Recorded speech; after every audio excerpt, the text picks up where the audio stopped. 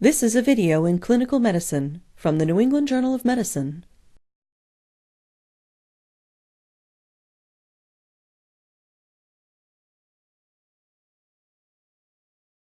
Abdominal paracentesis is performed as a diagnostic procedure to establish the etiology of new-onset ascites or to rule out spontaneous bacterial peritonitis in patients with pre-existing ascites.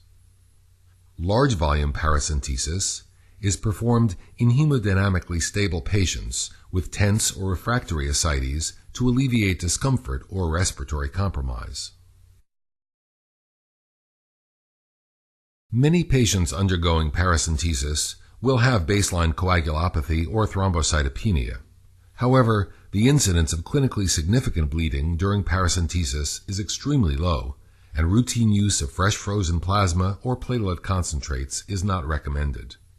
Paracentesis should be avoided in patients with disseminated intravascular coagulation. The paracentesis needle should not pass through sites of cutaneous infection, visibly engorged subcutaneous veins, surgical scars, or abdominal wall hematomas. Extra caution should be used in pregnant patients and those with organomegaly, small bowel obstructions, or probable adhesions.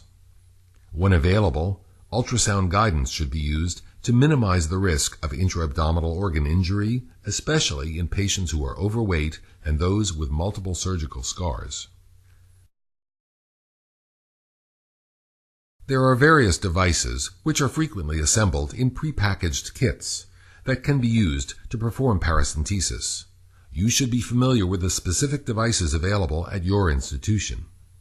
For sterile preparation and administration of anesthesia, you will need a skin cleansing agent, sterile gauze, sterile gloves and drape, and a face shield.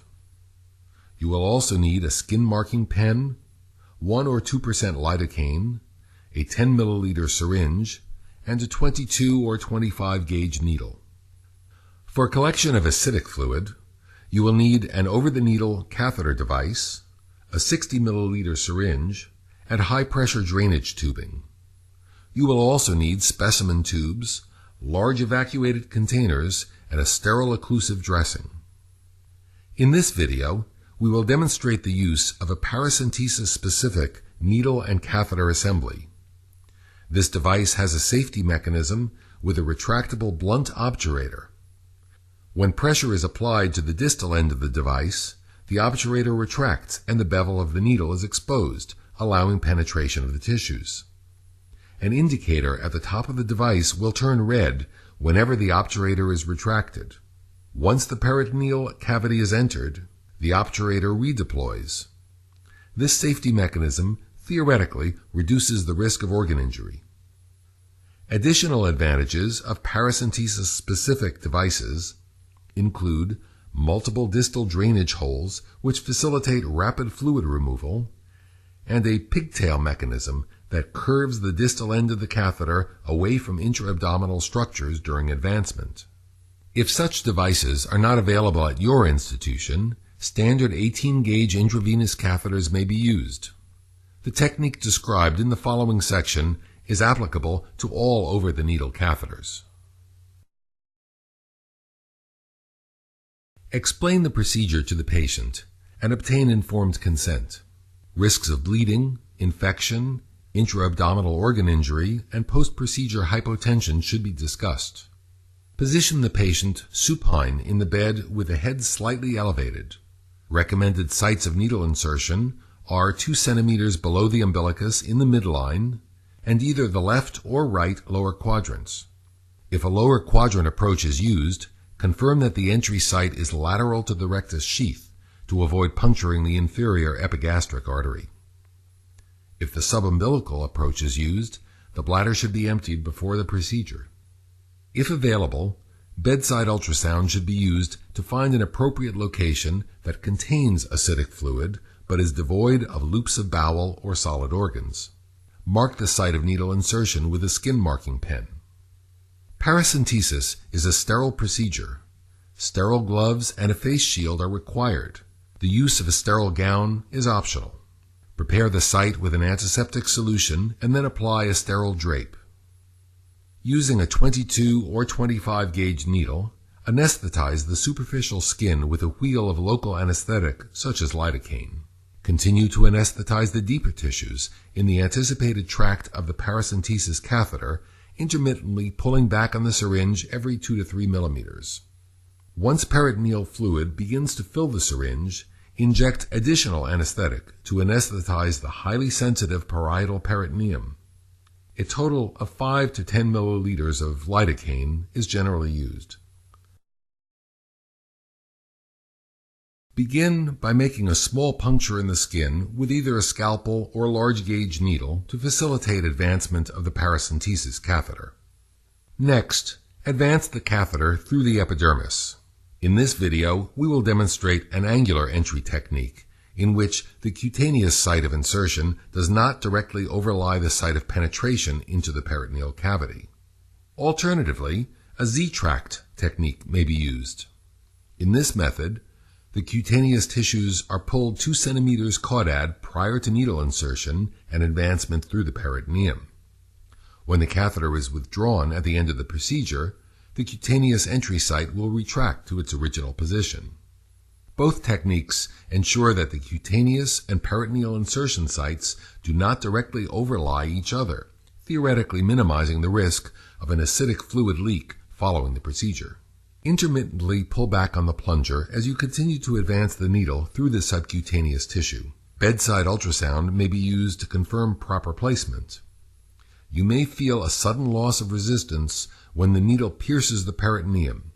Immediately stop advancement once the acidic fluid begins to fill the syringe. Next, guide the plastic catheter over the needle and into the peritoneal cavity, and then remove the needle. If a diagnostic sample is required, attach a large syringe to the catheter and aspirate 30 to 60 milliliters of fluid for analysis.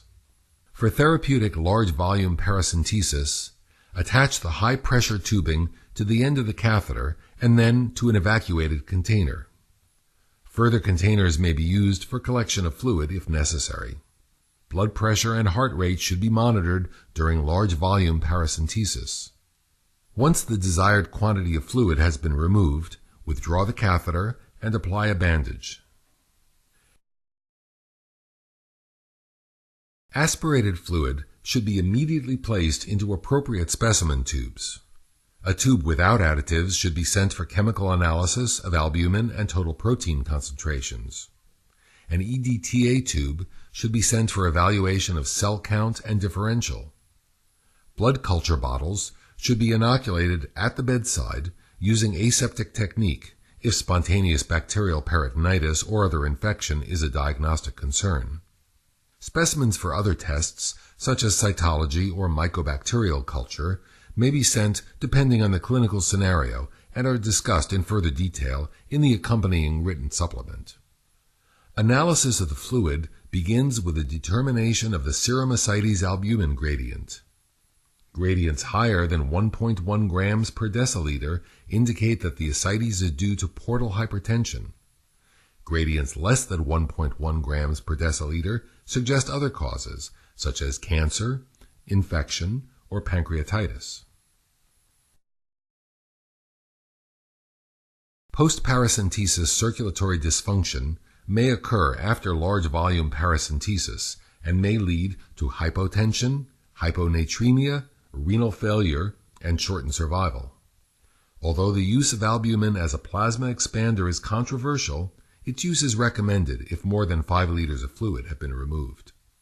Other complications of paracentesis include localized infection, abdominal wall hematomas, and persistent ascites fluid leak. More serious complications are rare and include hemorrhage, intra-abdominal organ injury, and inferior epigastric artery puncture.